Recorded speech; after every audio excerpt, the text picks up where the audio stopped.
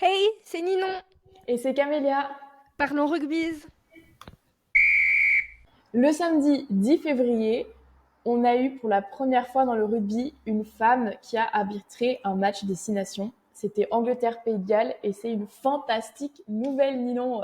Ouais, destination masculin et franchement trop cool. Alors, pourquoi est-ce que c'est exceptionnel? Parce qu'en fait, c'est que très récemment qu'on voit des femmes arbitres au rugby monter à des niveaux internationaux aussi hauts dans des compétitions masculines. Donc, pour faire une petite chronologie historique, on a en France, donc dans la Fédération française du rugby, l'ouverture aux femmes arbitres qui se fait que en 1989. Et aux femmes tout court d'ailleurs dans le rugby. Donc en fait, c'est ça moi que je trouve assez intéressant, c'est que cette ouverture, elle s'est fait du coup pour les femmes rugby progressivement, parce que au début c'était juste les joueuses qui s'arbitraient entre elles avant de devenir vraiment des arbitres. On a du coup la première femme arbitre française au niveau international qui arbitre des hommes. Et ça, c'est Christine Anicette. Voilà, qui est jamais allée plus loin que la Pro D2. Donc il n'y a jamais eu d'arbitre femme en France en tant que 14. Et en 2023, dans un contexte plus international, on a Joy Neville, qui est la première femme à arbitrer lors du mondial masculin. Et elle fait la TMO, donc l'arbitrage vidéo. Et si je me trompe pas, Joy Neville, elle est irlandaise. Exactement, elle est irlandaise et aussi pour vous rendre compte un peu du temps, de l'évolution en fait, de l'intégration des arbitres femmes dans le rugby. Christine Anizet, elle a commencé à arbitrer dans les années 2000 et elle a pris sa retraite en 2015 ou 2016. Vous voyez l'évolution et durant tout ce temps-là, elle était presque seule en fait en France à être une arbitre femme. Elle était là, elles sont de plus en plus, mais voilà donc. Vraiment, cette évolution prend énormément, énormément de temps. Et donc maintenant, comme on vient de l'annoncer, en 2024, on a la première femme écossaise, Ali Davidson, qui arbitre en touche numéro 2, donc la deuxième après l'arbitre, pour ce match destination. Ouais, c'est fantastique, ça montre une très bonne avancée dans la reconnaissance des femmes arbitres dans le monde du rugby masculin. Et aussi, j'aimerais préciser que, parce que je sais qu'il y a des gens qui disent oui, mais les arbitres féminines, donc les arbitres femmes, elles devraient arbitrer seulement dans les compétitions féminines, les femmes avec les femmes et les hommes avec les hommes.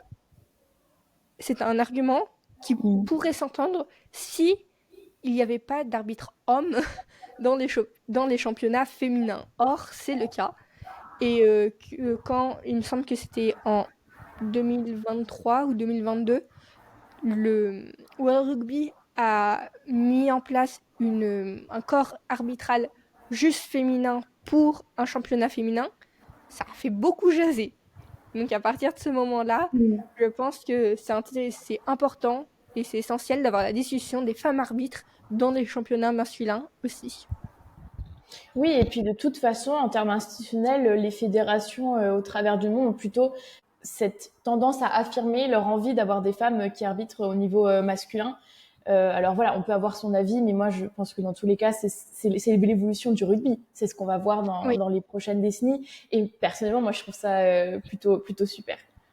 ouais, moi aussi. Alors, vous avez vu que là, on vous a cité déjà trois femmes pour faire un peu toute l'histoire. Et c'est vrai qu'il n'y en a pas beaucoup. Voilà, ça se compte un peu sur les doigts de la main, malheureusement. Et c'est très récent. Mais alors, pourquoi ça?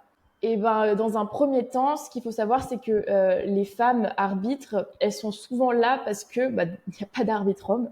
Ouais. Voilà, c'est un peu triste à dire, mais c'est une des premières raisons qui fait qu'on peut avoir si peu de femmes arbitres. Oui. Souvent, ça va être des femmes qui ont été remplaçantes une fois et qui découvrent l'arbitrage de cette façon-là.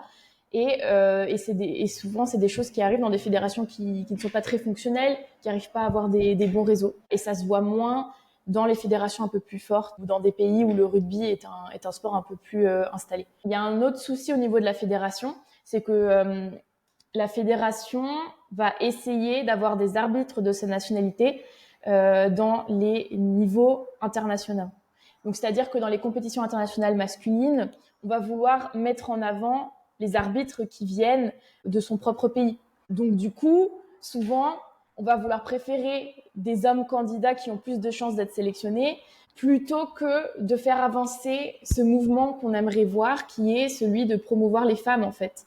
Il y a aussi la question de formation, en fait. C'est que comme les femmes sont moins poussées et arrivent plus par chance dans le milieu de l'arbitrage, et bien le temps de la formation, il est plus long que Mmh. des jeunes arbitres hommes qui, eux, en France par exemple, sont en pôle espoir arbitrage dès le lycée, où du coup, leur carrière va avancer beaucoup plus rapidement. Et du coup, on va préférer sélectionner cet arbitre-là qui a un meilleur niveau, et ce qui paraît normal en fait en Mmh. soi, plutôt qu'une arbitre féminine qui, oui, en effet, a eu moins de chance, mais du coup est Mmh. moins bonne et moins bien formée. Exactement. Et en parlant de carrière, en fait, ces femmes-là, souvent, elles sont pas professionnelles, pas dans le sens leur attitude, mais dans le sens où elles ne sont pas payées à plein temps pour être arbitres. Et ça, c'est un gros souci parce que, je veux dire, elles ont d'autres impératifs dans leur vie. Gagner de l'argent, être là au boulot. Une autre chose aussi, c'est que les femmes arbitres et les hommes arbitres sont évalués de la même manière. Donc, par exemple, ils ont des tests de fitness qu'ils doivent passer en fait pour pouvoir arbitrer.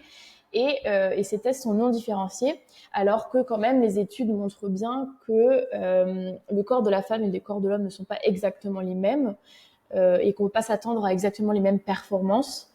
Donc c'est Oui. assez intéressant de voir que par exemple rien qu'en termes de stamina, de puissance ou le fait de courir vite, une femme en fait elle doit s'entraîner 2 fois plus, enfin 2 fois, je sais pas, c'est un peu bon, c'est une façon de parler, mais je veux dire elle Oui. doit devoir s'entraîner plus qu'un homme pour atteindre ses objectifs. Ils sont pas inatteignables bien sûr, loin de là, mais c'est aussi un frein. Et en plus de ça, donc ça c'est prouvé que physiquement la femme n'est pas égale à l'homme, et c'est ok, mais ça veut pas dire que la femme peut pas arbitrer aussi bien que l'homme. Ce que je veux dire dans les matchs masculins, c'est que autant si c'était le rugby, un sport basé sur seulement la vitesse, Mm. là tu pourrais dire oui, en effet, le fait qu'elle puisse pas aller aussi vite qu'un homme, c'est un problème. Or, premièrement, le rugby, c'est pas basé que sur la vitesse. Il y a plein de règles à respecter lors des rucks, etc. Des mauls qui n'ont rien à voir avec la vitesse. Donc la femme peut aussi bien en fait regarder. Elle n'a pas besoin de porter des choses lourdes normalement. Donc voilà. Deuxièmement, il y a un corps arbitral. Il y a 3 arbitres sur le terrain et un à la vidéo. Enfin, au moins un à la vidéo. Donc à partir de ce moment-là, si elle peut pas courir de partout tout le temps, elle est aidée, il y a d'autres personnes autour d'elle. Donc moi, c'est ça qui m'étonne un peu du fait que faites un test adapté avec les standards au même niveau en termes de pourcentage, mais pour les femmes. Parce que on voit bien, par exemple, je vais prendre un exemple un peu débile, mais quand on est en cours de sport au collège ou au lycée et qu'on fait du demi-fond, eh ben, on n'est pas noté de la même manière en fonction si on est Mm. une fille ou si c'est un garçon, parce qu'on peut pas courir, on n'a pas les mêmes forces, etc. Eh ben, ça devrait être pareil pour ces tests de fitness et de stamina pour les arbitres, je pense. Un autre souci, ça va être la santé mentale. C'est déjà un thème qui est très ignoré dans les milieux de l'arbitrage de façon générale. En fait, Mhm. l'arbitre, c'est la personne qui va être sur le terrain, qui va prendre des décisions qui des fois basculent le match d'un côté ou de l'autre. Et c'est sûr que c'est une personne qui a tendance à être beaucoup critiquée, quelle que soit la décision qu'il prend ou qu'elle prend. Et en fait, ça de base c'est ignoré, mais alors pour les femmes, c'est encore plus difficile parce que ça va être une haine qui va venir être ancrée dans des schémas sexistes ou de genre ou liés à elles-mêmes ou à leur famille et donc qui les Mhm. attaquent elles plus personnellement. Et en fait, ça, c'est pas trop traité encore une fois dans les milieux de l'arbitrage. Et aussi, au-delà de ça, au-delà de la santé mentale, un autre souci, c'est que on a un sentiment chez les femmes de ne pas euh, être à la hauteur. En fait, on a ce syndrome de l'imposteur de façon générale, qu'on soit joueuse ou arbitre, de se dire oh là là, je mérite pas ma place ici. Et aussi beaucoup parce que du coup, et c'est un peu un cercle vicieux, parce que comme il n'y a pas de représentation, et ben elle Mm, se voit pas, et du coup parce qu'elle se voit pas, elle se dit j'ai pas ma place. mm, Et du coup ça continue et j'ai pas ma place donc j'y vais pas. le plus on va avoir de femmes arbitres à la télé qui passent, et le plus ça va être démocratisé et normalisé, enfin, le moins ces femmes vont avoir le syndrome de l'imposteur. Pour donner un exemple, moi, l'autre jour, il y a quelques mois, j'étais à un match du FCG où il y avait une arbitre de touche. Et à un moment, le corps arbitral a pris une décision qui n'était pas en faveur du FCG. Cette décision peut être discutée, etc. Mais les hommes derrière moi, j'en ai entendu crier retourne à la cuisine. Excusez-moi, moi je pensais, ça m'a vraiment choquée parce que je me suis dit, je pensais pas que c'était possible d'entendre en 2023 des commentaires comme ça. Il y a un corps arbitral qui a pris une décision et on va s'attaquer seulement à la femme dans ce corps arbitral en lui disant mais une injure où t'es là, mais réfléchis, si elle est là, elle est qualifiée, il y a un corps, enfin, ça n'a aucun sens de s'attaquer de cette manière-là à elle. Et je pense que c'est des insultes, entre guillemets, enfin, pas entre guillemets, des insultes que les femmes arbitres et que les femmes de manière générale reçoivent beaucoup plus dans n'importe quel corps de métier. En fait, on va beaucoup plus aller les insulter et les tiquer sur des choses qui, qui ne sont pas déjà dans leur contrôle, donc ça va être par exemple leur apparence, etc., qui n'ont rien à voir avec le métier qu'elles font et qui sont enracinées dans du sexisme et dans la misogynie, alors que dans les arbitres hommes, il n'y a pas, et dans les mondes masculins, en fait, il n'y a pas forcément ça. Tu vas attaquer sa décision ou tu vas pas, ça va être beaucoup moins violent souvent parce que contre les femmes, tu as toujours de la misogynie et du sexisme ajouté en plus. Enfin, moi, j'ai jamais entendu qu'on aille dire à un homme retourne à la cuisine, quoi. Ou je sais pas, va trouver un Retourne boulot qui couper te du ramène bois. de l'argent, va gagner le pain. Enfin, Oui, exactement. c'est incroyable. Dans un C'est truc aussi, incroyable. dans un schéma aussi patriarcal de les femmes sont à la cuisine et les hommes amènent le pain sur la table et coupent du bois. J'ai jamais entendu quelqu'un crier à un arbitre masculin qui prend une mauvaise décision. Eh, va retourner prendre soin de ta femme et de tes enfants. Mais Non, c'est ça, c'est ça, c'est pas c'est le ça. cas. C'est bon, et je pense que ça pointe au problème principal, en fait, qui explique pourquoi il y a si peu de femmes dans l'arbitrage, chez le sexisme, en fait, aussi. Ouais. Chez les femmes arbitres, on reçoit, elles sentent en fait des grosses pressions de distanciation en fait avec les autres acteurs du terrain parce que il y en a une notamment dans une étude qui parlait, donc une arbitre qui disait que c'était très compliqué pour elle de mettre son autorité parce qu'elle allait se faire un peu draguer par les joueurs, par de temps en temps même les entraîneurs, les assistants des entraîneurs. Et en fait, faut mettre la ligne directement de dire non, en fait, c'est mon travail et je suis pas là pour ça. Et c'est pas quelque chose qui arrive aux hommes. Et du coup, elles ont l'impression de devoir être encore plus dures pour pouvoir s'affirmer. Mais en étant plus dures, elles vont encore se prendre des réflexions sexistes aussi de dire oh non mais elle sourit jamais, Mm. elle franchement elle devrait sourire un peu plus, elle devrait être un peu plus douce, elle a pas d'humour, c'était pour rire, Mm. tous les trucs un peu les stéréotypes un peu sexistes et des qualités de la sociabilisation des femmes qu'on attribue à une femme qui du coup elles doivent masquer un peu parce que sinon on respecte pas leur autorité, elles se sentent pas respectées, ça leur revient à la gueule où on leur dit oh mais tu souris pas assez, machin machin. Donc ça c'est très dur aussi et du coup il y a beaucoup de femmes qui ne veulent pas avoir à dealer avec ça en fait. Il y a aussi donc comme on a parlé déjà sur les réseaux sociaux, les insultes etc sont 2 fois plus présentes et 2 fois je pense que c'est un minimum, on peut même aller peut-être jusqu'à 10 fois plus présente. Il y a aussi des problèmes avec la grossesse, etc., qu'on va retrouver dans beaucoup, beaucoup, beaucoup de milieux professionnels pour les femmes, de dire mais si j'ai envie d'avoir des enfants, est-ce que j'ai la sécurité, etc. J'ai une petite anecdote comme ça parce que j'ai écouté un podcast où Joy Neville racontait un petit peu son expérience et de sa carrière d'arbitre.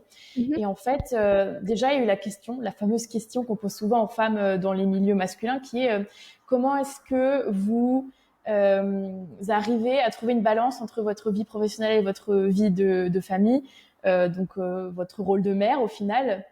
Bon, ça c'est toujours une question qui est un peu controversée parce que ça implique que les femmes doivent quand même être là et avoir une vie de famille.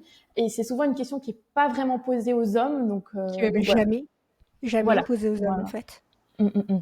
Et donc elle disait que elle, en fait, elle a dû mettre en pause du coup pendant sa grossesse sa carrière d'arbitre sur le terrain. Logique. Enfin, je veux dire, quand Oui, tu es enceinte, tu ne peux pas avoir les mêmes performances, même pendant les premiers mois, et avoir peut-être la même clarté d'esprit. Il y a toute une différence hormonale qui s'opère. Enfin, voilà, ça se comprend. Et ça l'a menée du coup à faire de l'arbitrage vidéo. Donc elle a pu continuer cette carrière comme ça. Mais c'est sûr qu'elle a dit qu'elle avait eu des doutes sur le fait de revenir sur le terrain. oui, De un, vis-à-vis de ses performances et de son corps, qui est en fait pas le même qu'avant. Voilà, il faut reprendre de la forme, réussir à retrouver ses capacités. C'est pas donné, en tout cas en tout à si peu fait. de temps. C'est des choses que les hommes n'ont pas à faire, et de deux aussi parce que une femme est censée, dans les schémas un peu stéréotypés de notre société, être plus présente en tant que mère avec ses enfants. Ouais, Et donc il y a un peu ce sentiment d'abandonner ses enfants en fait, parce que quand tu es arbitre, tu voyages tout le temps. Voilà, les oui. week-ends tu n'es pas là, et pendant les compétitions internationales, enfin voilà, c'est plusieurs semaines où en fait tu n'es pas disponible dans ton foyer. Mhm. Ça me rappelle aussi, pour lier ça un peu au tennis dans le tour de tennis féminin, du coup, l'année dernière, t'as, je sais plus comment elle s'appelle, elle est russe, ou biélorusse, ou ukrainienne, je sais plus, par là-bas, donc son prénom, j'ai du mal. Je sais que c'est la compagne de mon fils, c'est horrible de dire ça, de juste la reconnaître comme ça, mais j'ai juste totalement oublié son prénom. Encore une fois, on voit un peu le truc du sexisme, je m'y connais beaucoup mieux en tennis masculin qu'en tennis féminin. Mais bref, elle venait d'avoir un enfant et à Wimbledon, en fait, elle est arrivée jusqu'en demi-finale et elle disait bah, je suis trop contente, j'ai eu ma fille il y a 6 mois et je suis trop contente d'être revenue, d'être là, etc. Mmh. Et elle s'est pris des commentaires de dire non mais tu n'as aucun business à être là en demi-finale, etc. parce que ta fille elle a besoin de toi. Et elle a très bien répondu, elle a dit mais ma fille elle est avec son père. Mmh. Enfin voilà, donc je me suis organisée, je suis une bonne mère et il y a beaucoup de culpabilité de la part en fait de la société qui met sur les femmes qui travaillent rapidement après leur accouchement, alors que en fait ces femmes elles travaillent beaucoup pour pouvoir revenir parce qu'en fait leur métier c'est aussi leur passion dans les choses Mmh. comme ça et tu peux pas dire que parce que tu as eu un enfant, toutes tes passions elles disparaissent comme ça parce que tu as eu un enfant et que tu dois tout lâcher. Non, avoir un enfant comme je dis c'est un traumatisme psychique et physique. Donc déjà, il y a du temps pour s'en remettre. Et en plus de ça, tu as besoin de reprendre une activité. Tu peux pas juste rester comme ça et ta vie ne peut pas se résumer qu'à tes enfants. Et c'est ok et ça fait pas d'elle une mauvaise mère, mais le problème c'est qu'il y a une pression sociétale là-dessus Mmh. pour mettre de la culpabilité sur les femmes qui font ces choix-là. Oui, alors enfin moi je réitère, c'est un choix. Je veux dire, en termes Exactement. de loi, en termes de ce enfin théoriquement on peut faire, ben voilà, on retourne au boulot ou on retourne pas. Je veux dire, normalement, si tu as les moyens financiers, entre guillemets, tu peux être libre de faire ce que tu veux. Euh, Oui, bien évidemment. Si tu as envie Tant que d'être l'enfant est bien une mère traité. à la maison, que tu le fasses, mais n'allons pas culpabiliser les autres femmes qui sont dans l'œil public en tant qu'arbitre, etc., en leur disant reste à la maison, fais des enfants, retourne à la cuisine. Non, laissez-la vivre, laissez-la faire ses choix, laisse-la. Tu connais pas son organisation familiale avec son conjoint ou sa conjointe, tu ne sais pas, on n'a pas à porter de jugement là-dessus. À Mm. part si elle est condamnée pour violence sur enfant ou un truc comme ça, dans ce cas-là, oui, mais ça, c'est un cas extrême, et c'est absolument pas le cas de Joy Oui, Neville, ah par bah, bien exemple. sûr. Bien sûr, bien sûr. Ok, donc pour continuer, on va parler des conséquences de toutes ces raisons pour lesquelles les femmes sont pas arbitres. Enfin, les conséquences, on a décidé de les réunir pour vous faire un peu un profil type d'une arbitre femme. Donc la première chose, c'est que les arbitres femmes, souvent, c'est des joueuses ou bien des anciennes joueuses. Des anciennes joueuses, la plupart du temps, c'est soit après leur retraite de joueuse professionnelle, c'est le cas par exemple de Joy Neville, soit après une blessure, comme Holly Davidson, qui elle s'est fait mal au genou, il me semble, et du coup, bah, elle s'est tournée vers l'arbitrage parce qu'elle ne pouvait plus jouer au rugby. Et aussi important, c'est que ces femmes-là, eh bien, elles viennent souvent d'une famille particulièrement attachée au rugby. Donc, c'est-à-dire que le rugby, chez les femmes, vient rarement comme une destinée à apporter par exemple l'école ou la sociabilisation avec leurs amis. Le rugby, chez les femmes, c'est souvent qu'on vient d'une famille qui adore du rugby, où on a des frères qui font du rugby, où notre père regardait le rugby, etc. Donc ça, c'est aussi une des raisons pourquoi il y a très peu de femmes dans le rugby, c'est qu'il n'y a pas tout ce truc de sociabilisation à Mm. l'école qui fait oh bah c'est la mode d'aller faire du foot ou c'est la mode d'aller faire du rugby, du coup tu vas en faire. Non, Mm. c'est toute Non, la famille, etc. c'est sûr, et surtout quand on écoute les témoignages, les femmes arbitres parlent souvent de leur réseau en fait de soutien. Et ces réseaux de soutien, c'est qui? C'est leur famille, c'est les supporters, c'est leur club. Et ça, c'est le milieu du rugby en fait. Donc si de base tu es extérieur à ce milieu-là, il y a pratiquement aucune chance que tu finisses arbitre. Mhm. D'autant plus Oui, qu'il y a cette ignorance de c'est une possibilité. oui, Enfin, je veux dire, même que si tu fais du rugby en tant que petite fille, je pense pas que dans ta tête tu te dis ah peut-être qu'un jour je pourrais être arbitre. C'est juste hors de question. Tu fais tes études, tu trouves un boulot quoi. voilà. Donc aussi les conséquences de tout ça, c'est que bah il y a très peu d'arbitres professionnels, donc souvent elles Mm. doivent jongler entre un travail à plein temps et leur carrière d'arbitre, ou bien être étudiante et en même temps être arbitre. Ce qu'on voulait dire aussi et pointer, c'est que il y a aussi très très peu de diversité ethnique Mm. chez les arbitres. Donc, je sais qu'en France, c'est un peu tabou de dire diversité ethnique, etc. Mais en fait, c'est vrai, quand tu regardes les arbitres, même les arbitres qui viennent de pays avec une forte population et identité autochtone, comme par exemple la Nouvelle-Zélande ou bien l'Australie, ou bien même encore l'Afrique du Sud, et bien les arbitres femmes qui réussissent la plupart du temps, donc quand je dis réussi, c'est dont on connaît un peu le nom, etc. Et ben elles sont blanches, c'est des femmes blanches. Mm. Et ça montre aussi un certain, j'ai pas envie de dire racisme, mais un certain classisme, entre guillemets, dans ce monde des arbitres, et notamment dans ce monde d'arbitres féminins. Moi, j'irais au-delà de ça. Je pense que ça reflète surtout la structure du rugby actuel. Il y a des changements qui se fait, mais je veux dire, le rugby est de base un jeu qui a été inventé en Angleterre, un pays Mhm. colonisateur. Je pense que ça, t'as des anciennes dynamiques qui restent là, même dans les Oui. compétitions internationales, avec qui peuvent y accéder, etc. Bon, n'en parlons pas trop, mais je veux dire, pour moi, c'est une conséquence qui se reflète dans tout le rugby en général. Oui. Et aussi chez les arbitres masculins.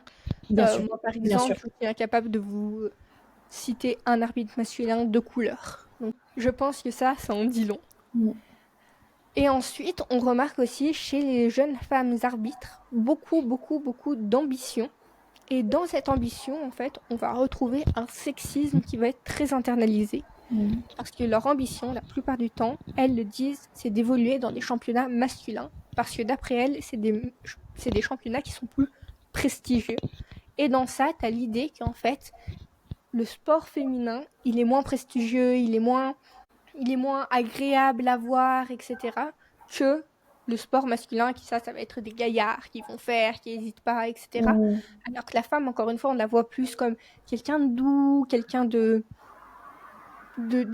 avec une maternalité. Et ça ne va pas du tout avec le rugby. La douceur et le rugby, on n'associe pas. Et du coup, c'est vrai que le rugby féminin est en train de se démocratiser, mais beaucoup plus lentement, par exemple, que le foot féminin Mm. ou que le Le ski de fond. handball féminin, qui a fait des gros Le- progrès là cette année. Ouais. Exactement, le handball. Parce que du coup, le rugby, ça va être un sport beaucoup plus de contact, Mm. beaucoup plus violent. Et du coup, c'est moins prestigieux parce que ça va moins un peu avec ces stéréotypes et de genre.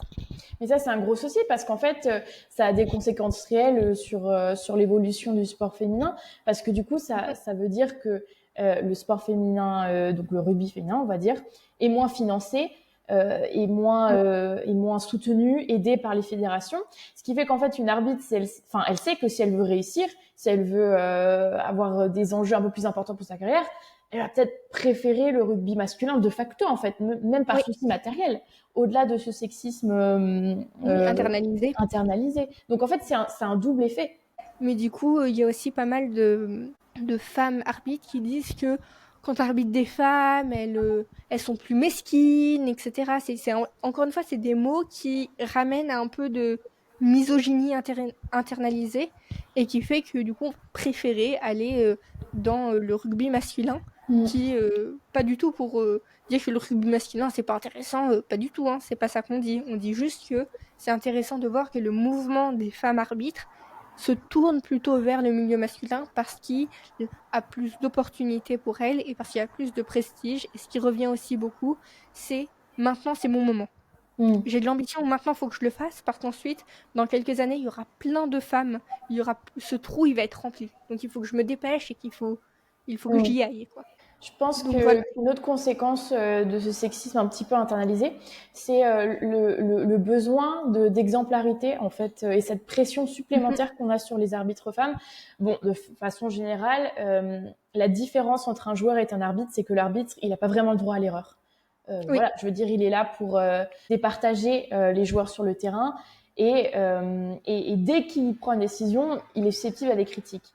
Mais oui. d'autant plus les femmes qu'on a expliqué, ce qui fait qu'en fait, elles ont cette pression de plus où il faut que leur carrière soit parfaite. Je veux dire, il faut pas qu'elles fassent un seul faux pas. Et c'est assez intéressant, cette double... j'ai pas les mots, comment on pourrait dire? C'est des doubles standards en fait Voilà, que les exactement. femmes. Il y a un double standard. Et ça se voit quand on compare les arbitres hommes et les arbitres femmes qu'on a. Les arbitres femmes, de base, c'était des joueuses excellentes. C'était Oui, des joueuses de haut niveau au rugby. Par exemple, Joy Neville, elle a gagné un grand slam. Et bien sûr, elles se sont blessées. Mais de base, c'est des athlètes d'élite. C'est pas oui. forcément ce qu'on retrouve dans les arbitres masculins. Dans les arbitres masculins, ce qu'on va plutôt retrouver, ça va être des joueurs qui étaient pas assez bons pour aller en pôle sport, etc., mais qui sont toujours passionnés du rugby et qui connaissent très bien les règles et qui se disent pour rester dans ce monde de rugby que j'aime tant, je vais me diriger vers l'arbitrage. Mm, mm. Alors que la femme, c'est plutôt je me suis blessée, j'étais très bonne, et j'ai envie de rester arbitre, quoi. Voilà, alors qu'on voit des ascensions fulgurantes dans le milieu des arbitres hommes. En quelques années, elles peuvent devenir arbitres internationaux. Ça se voit jamais, ça, dans la carrière d'une femme arbitre qui, en fait, a été joueuse pendant très longtemps et a dû, en fait, prouver sa place déjà pour pouvoir avoir cette opportunité-là. Ouais. Donc, on a ce besoin, en fait, d'excellence tout le temps, à tous les niveaux. Et enfin, une dernière chose qui ne revient pas forcément du sexisme, mais un peu plus des allocations de genre dans notre société qu'on a un peu dans notre subconscient, c'est qu'en fait, on a encore cette différenciation et qu'on le fait nous-mêmes dans ce podcast d'ailleurs, Oui. qu'on a des arbitres femmes et des arbitres hommes. Alors qu'en fait, du moment où les femmes peuvent arbitrer des hommes ou que les hommes peuvent arbitrer des femmes, enfin, la personne qui est sur le terrain, c'est un arbitre, point. Oui. Voilà, et ça, cette besoin de faire la différence, c'est très révélateur. Et quand on entend des témoignages, c'est assez intéressant de voir que avant le match, les arbitres femmes ont tendance à déjà se construire en fait cette image de l'arbitre en venant dans les vestiaires d'une telle façon, en s'adressant aux joueurs d'une telle façon, pour qu'en fait, quand on les voit, on sache c'est l'arbitre. Oui. Donc il y a des normes en fait qui de facto sont plus masculines quand on parle de l'arbitre, et ça c'est un gros souci. Oui, et ça c'est le cas dans plein de sports, notamment en Formule 1. J'avais écouté un podcast avec Suzy Wolff. Pour les gens qui ne savent pas, je vais faire une très brève présentation. Suzy Wolff, il y a beaucoup de gens qui la connaissent parce que c'est la femme de Toto Wolff, le chef un peu de Mercedes. Mais en fait, outre ça, c'est une femme qui a été une pilote extraordinaire jusqu'environ 2012-2013, qui a été à la tête d'une écurie en Formula E et qui est maintenant à la tête de l'Académie Formula 1, un truc comme ça, qui est du coup met en avant les femmes pilotes. Et ben en fait, dans ce podcast-là, elle explique qu'elle, quand elle était petite, elle avait fait une course, elle est arrivée 3e, on lui a donné le trophée d'être 3e, et aussi on lui a donné un trophée d'être la meilleure fille. Moi, quand j'étais plus petite, j'ai un frère jumeau et du coup, mes parents, pour que ce soit plus simple, ils nous avaient mis tous les deux au camp de foot. Parce que mon frère adorait le foot. Et pareil, à la fin du camp de foot, il y avait des petites médailles, des petites coupes qui étaient données. Moi, j'ai eu une coupe parce que j'étais une fille. Et du coup, ils voulaient mettre en valeur le fait que j'étais une fille. Eh bien, ce qu'elle dit, Suzy Wolf, et ce que moi j'ai pensé, c'est en fait, moi j'en veux pas Mm. de. Je décide pas d'être une fille ou pas. Mm. Donc, à partir de ce moment-là, enfin, ça ne sert à rien. On n'a pas à me féliciter pour quelque chose que je ne contrôle pas, sur quelque chose, ça n'a rien à voir avec moi. Sauf que maintenant, quand j'y réfléchis, je me dis si c'est important. Jusqu'à que ce soit normalisé, faire la différence entre un arbitre homme et un arbitre femme, c'est important. Parce qu'il y a beaucoup de gens qui disent mais non, mais on est tous égaux. C'est un peu le truc de moi je ne vois pas les couleurs. Peu importe si la Mm. personne est noire, elle est blanche. Oui, Mais en oui, fait, si oui. aujourd'hui il y a des discriminations de genre, et du coup c'est important de pointer du doigt et de dire si regardez, femme, homme, voilà. Mais à partir du moment où on verra qu'il n'y aura plus de distinction qui est nécessaire à faire parce que ce sera normalisé, et dans ce cas-là, et ben ça deviendra juste l'arbitre. Non, mais ça me fait penser à une question Reddit que j'ai lue qui m'a fait un peu rire. C'est tout con, mais c'était un joueur qui demandait à la communauté j'ai une arbitre femme, je l'appelle, comment je m'adresse à elle? Je dis madame, Oui, je dis arbitre, je dis ref pour référer. C'est un peu la question. Et en fait, beaucoup de femmes arbitres disent moi, je préfère qu'on me dise arbitre. Mais tout ça, bah oui. c'est des questions de. Enfin, c'est des questions qui paraissent un peu futiles, mais pas vraiment, parce que ça conditionne comment les arbitres femmes interagissent avec les joueurs, comment elles interagissent avec leur fédération et comment elles interagissent dans les médias aussi. Comment est-ce qu'elles Oui. apparaissent? Est-ce qu'elles se maquillent? Est-ce qu'elles mettent des bijoux sur le terrain, comme on a pu voir pour Joy Neville ou Holly Davidson? Moi, je trouve ça génial parce que ça affirme quand même leur féminité d'un côté, Mhm. mais de l'autre, est-ce qu'elles veulent s'affirmer en tant que femme au-dessus que en tant qu'arbitre de façon neutre? Mhm. Est-ce qu'elles ont besoin d'effacer leur féminité afin d'être respectées ou est-ce qu'elles peuvent la garder tout en étant respectées? C'est des vraies questions. Après, je pense qu'à mon avis, c'est que sur le terrain, c'est important de ne pas voir le genre, entre guillemets. Donc de dire que les joueurs, en fait, donnent l'exemple en l'appelant arbitre. Par contre, dans les discussions autour, je pense que c'est toujours important de faire la différence. Parce que le temps, comme je l'ai dit, tant qu'on n'a pas l'égalité ou du moins l'équité, le temps qu'on n'a pas une normalisation des femmes arbitres dans le rugby et dans le monde des sports en général, faire la différence quand on en parle, ça me paraît essentiel pour faire Mm. avancer le mouvement. Moi, en tant que joueuse de rugby, je trouve ça génial de pouvoir avoir cette ressource qui est, par exemple, un podcast où on explique un peu les arbitres femmes. Je veux dire, Mais je pense que ça mène à un autre. c'est bien, moi je me fais un câlin. Bravo Nino. Bah, c'est ça. Bravo Camélie. C'est pas pour nous jeter des fleurs, mais c'est aussi Bah oui. la question de qu'est-ce qu'on fait maintenant pour remédier à cette situation-là. On a très Mhm. peu de femmes arbitres, on a très peu de femmes qui pensent que c'est une possibilité pour elles et qui sont aidées à suivre cette voie-là. Qu'est-ce qu'on fait pour changer ça? Ouais. Et ben, une des choses en fait qu'on a remarqué en faisant des recherches sur cette vidéo, c'est qu'il y a très très peu de ressources en fait là-dessus. On ne sait pas totalement l'expérience que les arbitres ont Ouais. quand elles réussissent, l'expérience que les arbitres ont quand elles ne réussissent pas aussi. Et en fait, on n'a pas beaucoup d'études qui sont faites là-dessus ou de personnes qui acceptent d'en parler. Et on se Et, retrouve ouais. souvent en fait avec des témoignages d'individus. Et c'est très intéressant, mais ça permet pas forcément des fois d'étudier des soucis sociétaux fondamentaux. Et de plus, quand on tape femme arbitre rugby sur internet, Mm. on a globalement deux noms qui ressortent. En tout cas en France, on a trois noms qui ressortent beaucoup. On a Holly Davidson, on a Joy Neville et on a Aurélie Griselo. Et c'est tout. Mhm. Et c'est tout. Et il y a beaucoup, mais beaucoup moins que pour les arbitres hommes d'articles qui parlent que d'elles. C'est très en surface, c'est ah bravo, Mm. c'est la première à faire ça, c'est Mm. tout, on va pas aller plus loin dans leur carrière, etc. Et quand on va plus loin dans leur carrière, à chaque fois on se rend compte que c'était des athlètes de haut niveau qui se sont blessés et qui du coup sont allés dans l'arbitrage.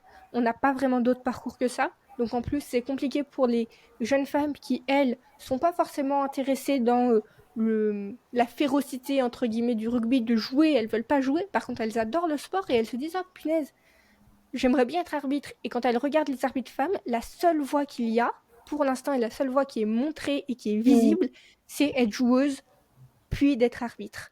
Et du C'est coup, je ça. pense aussi la visibilité, c'est super important. Ces pionnières qui sont décrites dans la presse, et puis des micro-études académiques, mais qui se comptent encore une fois sur le doigt de la main, et que ce soit en français et en anglais. Donc je veux dire, très peu de ressources qu'on a eues pour faire cette vidéo. D'ailleurs, toutes nos sources, on va les mettre dans la description. Donc, n'hésitez pas si ça vous intéresse. Nos sources et de quoi on parle. Mm. On se base pas sur ce qu'on pense, hein. Je tiens à Oui. préciser, on a fait des recherches pour ce podcast. Au-delà de ça, il y a évidemment des choses qui sont faites en place pour que les femmes arbitres se sentent plus à Légitime. même de atteindre et de conserver leur rôle dans des niveaux un peu plus élevés, internationaux notamment, qui sont faites par des fédérations de rugby. Donc on a énormément de programmes que je pense, Ninon, tu pourras énumérer. Mais moi, je pense qu'il y a un autre souci qui est que ça, le programme qui sont mis en place, ça va plutôt être des programmes de sensibilisation. Donc, comme on a dit, c'est très important. Et donc, ça va être d'aller envers les communautés du rugby et de leur expliquer que voilà, il y a des possibilités. C'est de mettre en place des camps d'arbitrage où les femmes sont mises en avant. C'est de mettre aussi en avant des profils d'arbitres qui ont réussi dans leur carrière. Mais en fait, je vois très peu d'actions qui sont faites au sein des fédérations pour changer le fonctionnement de fond, en fait. C'est-à-dire, par exemple, en France, il n'y a pas de comité qui se penche sur ces questions-là uniquement. Faites de femmes, par exemple. Il n'y a pas... Enfin, c'est plus basé sur des référents régionaux qui vont un peu réfléchir sur ces questions dans les clubs. Mais je veux dire, au niveau des clubs, il n'y a rien Oui. qui est fait concrètement. Puis même en termes des campagnes de sensibilisation et de représentation, je vais vous en citer une. Donc le 24 janvier 2024, donc le 24 janvier, c'est la journée internationale du sport féminin. Donc la Poste, qui est un soutien historique de l'arbitrage en France, va mettre en avant des femmes grâce à une opération inédite qui s'appelle Je suis femme, je suis arbitre. Donc c'est le slogan. Et du coup, durant cette journée, donc durant le 24 janvier, il y a 100 portraits d'arbitres féminines qui ont été qui ont été diffusés sur les réseaux sociaux afin d'avoir plus de représentation pour les femmes, etc. Le seul truc, et ça c'est génial, donc c'est des arbitres féminines Mm. de tous les sports. Donc, on a sur le handball, on a sur le basket, on a sur le foot, etc. Déjà, on Et applaudit. Dans un premier temps, ça c'est sûr. oui, exactement. Le seul problème, c'est que moi, par exemple, moi j'adore le rugby, donc je suis plein de comptes sur le rugby, je suis toujours sur mon téléphone, sur le compte rugby, pareil, j'y vais régulièrement pour voir les différents comptes d'actualité de rugby. Je lis le Midi Olympique, etc. Mm. On n'en a pas parlé. Donc ils ont fait leur petite Mm. action, etc. Mais les gens qui s'intéressent au rugby, ou en tout cas les femmes comme toi et moi qui s'intéressent au rugby, on a découvert cette initiative en faisant de la recherche pour cette vidéo. Mm. On va pas aller très loin comme ça si on n'arrive pas à ce que les médias importants du rugby en parlent.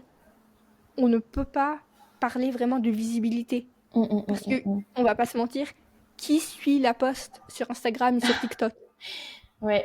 Un autre exemple, ça va être par exemple des camps d'éducation à l'arbitrage qui sont faits par les fédérations, des camps seulement féminins pour aider les femmes à se retrouver entre elles. Et c'est super parce qu'elles peuvent échanger Oui. leur expérience, elles peuvent s'améliorer tout ensemble.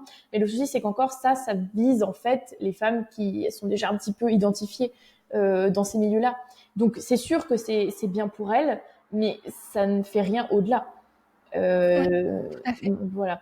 Quelque chose d'un peu meilleur, c'est qu'il y a des cours qui sont faits un peu de la même façon par World Rugby, qui pour le coup, eux, sont en ligne. Donc ça c'est un peu plus ouvert au public. Mhm. Bon, faut savoir qu'ils sont là, mais c'est assez intéressant. C'est sur la plateforme Passport. et ça s'appelle la High Performance Academy, l'académie de haute performance. On vous mettra le lien aussi en description si vous êtes intéressé de voir ce que c'est et de peut-être suivre cette formation. Ouais, vous formez à l'arbitrage. Parce qu'en plus, il manque d'arbitres. Moi, je vois souvent passer des trucs sur la FFR en disant les arbitres, c'est trop bien. On manque d'arbitres. Allez sur jeveuxêtre-arbitre.fr. Et donc, voilà. Donc, en plus, on moi, manque pour vous d'arbitres. dire, là, je joue pour une équipe au niveau Division 1 de la région du Leinster. Et ce qui se passe, c'est qu'en fait, même à ce niveau-là, qui est en théorie semi-professionnel, les matchs, en termes d'arbitre de trouche, c'est vraiment les gens qu'on trouve à côté du terrain. C'est catastrophique. Et c'est là où on prend la fille qui connaît le plus les règles et on la met là, quoi. Je veux dire, 2 minutes avant le début de la rencontre, c'est quand même, c'est fou quand même. Alors que bon, j'aurais tendance à dire que ça se passe un petit peu moins aussi pour les matchs masculins qui sont peut-être un peu plus fournis. Mais bon. Donc pour finir, on aimerait vous présenter un peu quelques femmes arbitres à suivre et à connaître, parce qu'on se dit que on peut utiliser nous notre toute petite plateforme pour un peu sensibiliser aussi et donner de la lumière à certaines femmes. Donc premièrement, on va voir Holly Davidson, dont on a déjà parlé dans le podcast et pour le rugby. Donc dans le premier podcast, c'est pour le rugby, donc je n'ai pas besoin de vous la représenter. Encore une fois, son Instagram sera en lien. En termes de femmes françaises, on va voir Aurélie Griselot. Donc c'est la... la France. Donc ça va être la seule arbitre femme professionnelle en France. Ça ne veut pas dire que c'est la seule arbitre femme, ça veut dire que c'est la seule arbitre qui est salariée à plein temps par la FFR. Donc ça c'est génial. Elle était une ancienne joueuse. C'est la seule arbitre femme en Pro D2. Il n'y a pas d'arbitre femme en top 14. C'est sa 3e saison en Pro D2. Elle était arbitre principale à la Coupe du Monde féminine en 2022 et au tournoi des Destinations 2024. Ensuite, la 3e arbitre dont je voulais vous parler, elle s'appelle Sarah Abdulbak. Elle est syrienne. Elle est née en 1997, donc elle est très jeune, elle est même assez jeune. Et en 2020, c'est la première femme à arbitrer un match masculin de rugby à 15 en Syrie. Et donc ça, c'est quelque chose d'assez important, je pense aussi, pour mettre en lumière non seulement une femme arbitre dans le rugby, mais une femme de couleur arbitre dans le rugby, dans un pays où le rugby n'est pas forcément le sport national, et un pays aussi qui est en guerre, on doit le rappeler. Chapeau bas. Ouais. En 2021, d'ailleurs, elle est une des bénéficiaires du Women's Executive Leadership Scholarship. Donc, c'est une bourse qui a été mise en place par World Rugby, qui met en avant et qui est donnée à des jeunes femmes qui font preuve du coup de leadership dans le rugby afin qu'elles puissent se développer. Et donc, je trouve ça génial. C'est une des femmes qui a eu cette bourse. Et pour finir, je vais vous parler de Sarah Cox, qui, elle, est la première arbitre à rejoindre la Ligue anglaise de rugby en tant qu'arbitre. Donc ça, pareil, c'est génial. Je voulais vous parler aussi rapidement de Joy Neville, mais on en a déjà parlé, et elle prend sa retraite, là, cette année, juste après le tournoi des 6 nations féminin. Elle va arbitrer son dernier match là, parce que je le rappelle, pour ceux qui ne le savent pas, pour être arbitre, tu peux plus être arbitre au niveau professionnel si tu as 40 ans ou plus. Et elle va fêter ses 40 ans. Du coup, elle peut plus être arbitre. Et ça, c'est pareil chez les femmes et chez les hommes. Sinon, je vais vous donner quelques autres noms, mais sans aller en précision. Donc, on a aussi Claire Honnête, Amy Parrott et Amy Barrett-Theron. Et j'ai vérifié, Amy Barrett-Theron, elle n'a rien à voir, elle n'est pas de la famille des frères Barrett. Voilà. Non, et elle a une sœur aussi qui suit dans sa lignée et c'est super ça. Voilà. Donc voilà, franchement, n'hésitez pas à nous envoyer des messages si vous avez des avis, à laisser des commentaires. Nous, on adorerait discuter plus avec vous de ce genre de sujet parce que c'est vraiment pourquoi on a commencé ce podcast en fait, c'était pour pouvoir parler de ces sujets et de discuter avec vous et avec d'autres avec d'autres gens qui ont peut-être des opinions qui vont être différentes que les nôtres par rapport à ça. Oui, je pense que toutes les ressources, dans tous les cas, seront disponibles. Donc, vous pouvez aller voir de vous-même les études, les très peu études qu'on a, qu'on a consultées. Et on continuera également à suivre les 6 nations féminins aussi. Oui, bien évidemment. Donc sur ce, c'était Ninon. Et c'était Camélia, et on vous fait la bise.